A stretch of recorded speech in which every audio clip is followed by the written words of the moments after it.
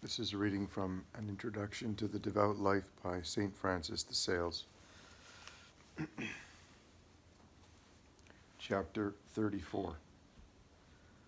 When we may play dice. Lawful games and dances should be matter of recreation only, not of interest, occupying but a short time, and that rarely. If they are habitual, they will become an occupation. You ask, when we may indulge in them?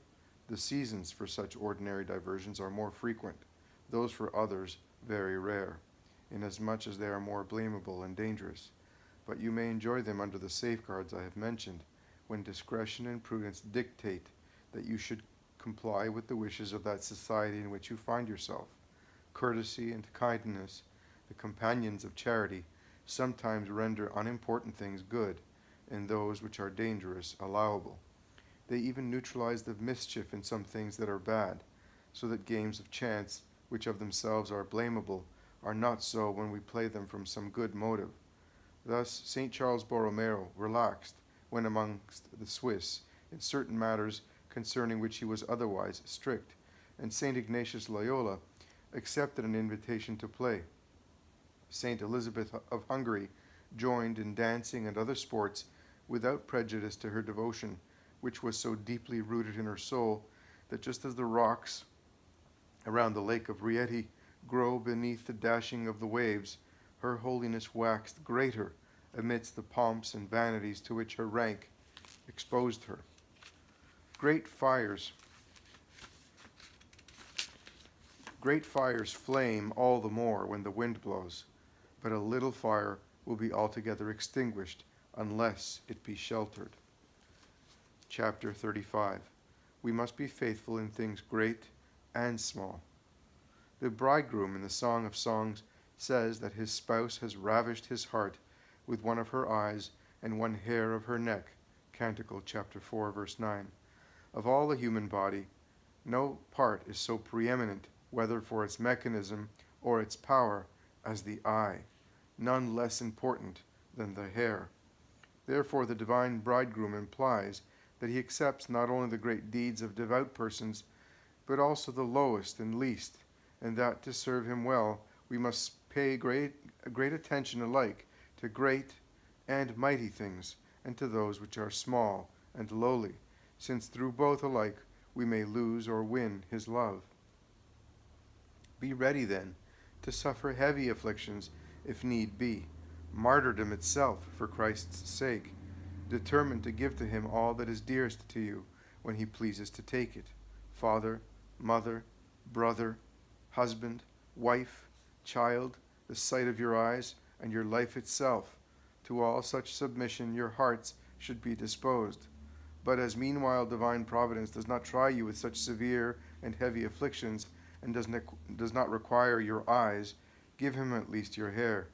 That is to say, meekly endure all little evils, trifling inconveniences, and unimportant losses which happen daily.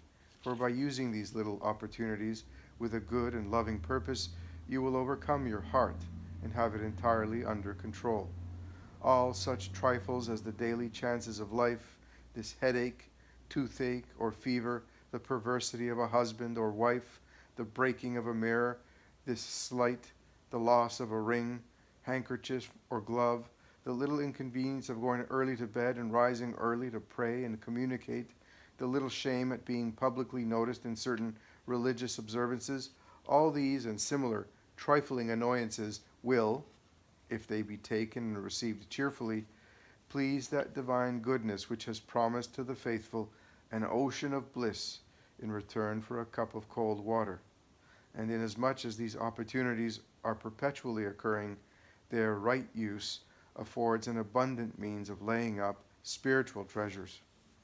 In reading in the life of St. Catherine of Siena, of all her visions and raptures, her sacred wisdom and her discourses, I should not doubt that with the eye of contemplation she had ravished the heart of her heavenly bridegroom. But at the same time I delighted to find her attending to the lowly household cares in her father's house, turning the spit, lighting the fire, cooking and baking, with a heart full of love and yearning towards God. Nor do I value the humble meditations which occupied her whilst engaged in such lowly offices less than the ecstasies and raptures which she so often enjoyed, and which were perhaps granted as the reward of her humility and self abnegation. In her heart, she considered that ministering to her father, she was little Martha, ministering to our Lord. Her mother she likened to the Blessed Virgin, and her brothers to the apostles, thus spiritually serving the heavenly household, and finding great sweetness in her humble duties, because in them she knew she performed the will of God. Hence, I would have you learn how important it is that all our actions, however trifling, be offered to His divine majesty, and to this end imitate that virtuous woman who is described by King Solomon, Proverbs 31, who, whilst she stretched out her hands to great and honorable things, did not neglect her spindle and distaff. Apply yourself to great things in prayer and meditation, in the sacraments, in telling of the love of God, and spreading His knowledge in all hearts, and in all such important works as befit your vocation. But do not neglect your spindle and distaff. That is to say, practice those lowly, unobtrusive virtues which spring like flowers from the foot of the cross, such as visiting the poor, ministering to the sick, household cares, and the labors involved therein, and then you will never be idle. Meanwhile, intersperse all such occupations with pious reflections after the example of St. Catherine. Great occasions of serving God but rarely offer themselves. Small occasions perpetually occur, and Christ Himself has said, "He that is faithful in that which is least is faithful also in that which is greater." St. Luke chapter 16, verse 10. If then you do all in the name of God, you will do all well, whether you eat or whether you drink, whether you sleep or repose from labor, whether you are engaged in honorable or menial offices. If you conduct them rightly, you may greatly advance your salvation, doing all things because such is the will of God. Chapter 36. The necessity of a just and reasonable mind. Reason is the essential distinction of man, and yet it is rare to find really reasonable men. The more so as self-love hinders reason and leads us into numberless trifling but dangerous acts of injustice, which, like the little foxes spoken of in the Canticles, spoil the vines. Canticle chapter 2, verse 15. For because they are trifling, we do not heed them, and being numerous, they do great mischief. Let us see some instances. We accuse our neighbors in little things, but we excuse ourselves in great things. We seek to buy cheap and sell dear. We demand justice towards others, but towards ourselves mercy and indulgence. We would have none find fault with our words, but we are sensitive and captious to the words of others. We would fain make our neighbors give up any property we want and are willing to pay for. Is it not more just that he should retain it and leave us our money? We are displeased with him because he will not study our conveniences. Has he not rather reason to complain of us for striving to inconvenience him? If we are addicted to some particular duty, we neglect the rest and only pursue that which suits our taste. If one of our dependents is unattractive or displeasing to us, we are never satisfied with anything he does, but are perpetually finding fault and worrying him. And on the contrary, we have an ever-ready excuse for one that we like. Some parents have an aversion for a virtuous child on account of some bodily defect, whilst they show undue preference to one who is attractive and vicious. So we esteem the rich above the poor, albeit the latter are virtuous and of good character. We are even guided in our preference by fine clothes. We are particular in exacting our own rights and expect others to be more yielding with regard to theirs. We maintain our own rank punctiliously, but would have others be humble and condescending. We are ready to complain of our neighbor, but we would have no one complain of us. We think much of what we do for others and little of what they do for us. In short, we resemble the Paphlagonian partridge, which has two hearts, for towards ourselves we have a gentle, liberal, courteous heart, but towards our neighbor one that is hard, rigorous, and severe. We have one measure whereby to weigh all that appertains to ourselves as advantageously as possible, and another for our neighbor, as disadvantageous as may be.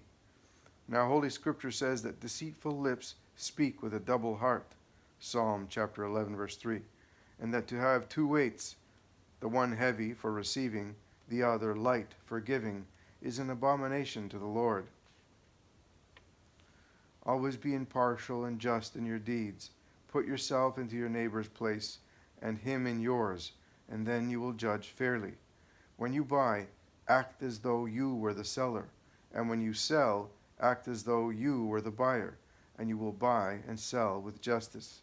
These acts of injustice seem small, because they do not demand restitution, as we only seek our own advantage to the utmost limit of honesty, but nevertheless they require correction, for after all they are but cheating tricks, and offend against reason and charity, and no one ever lost anything by generosity, honor, and courtesy, which are the fruits of a noble, upright, straightforward heart.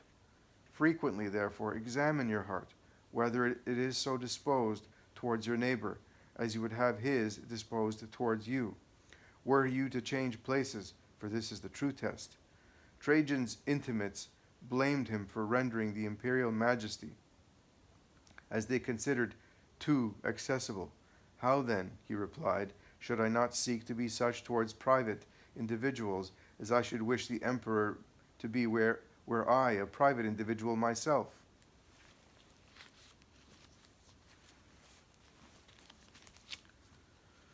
Chapter 37. Desires. Everyone knows that we must avoid evil desires, for by their indulgence we become evil likewise.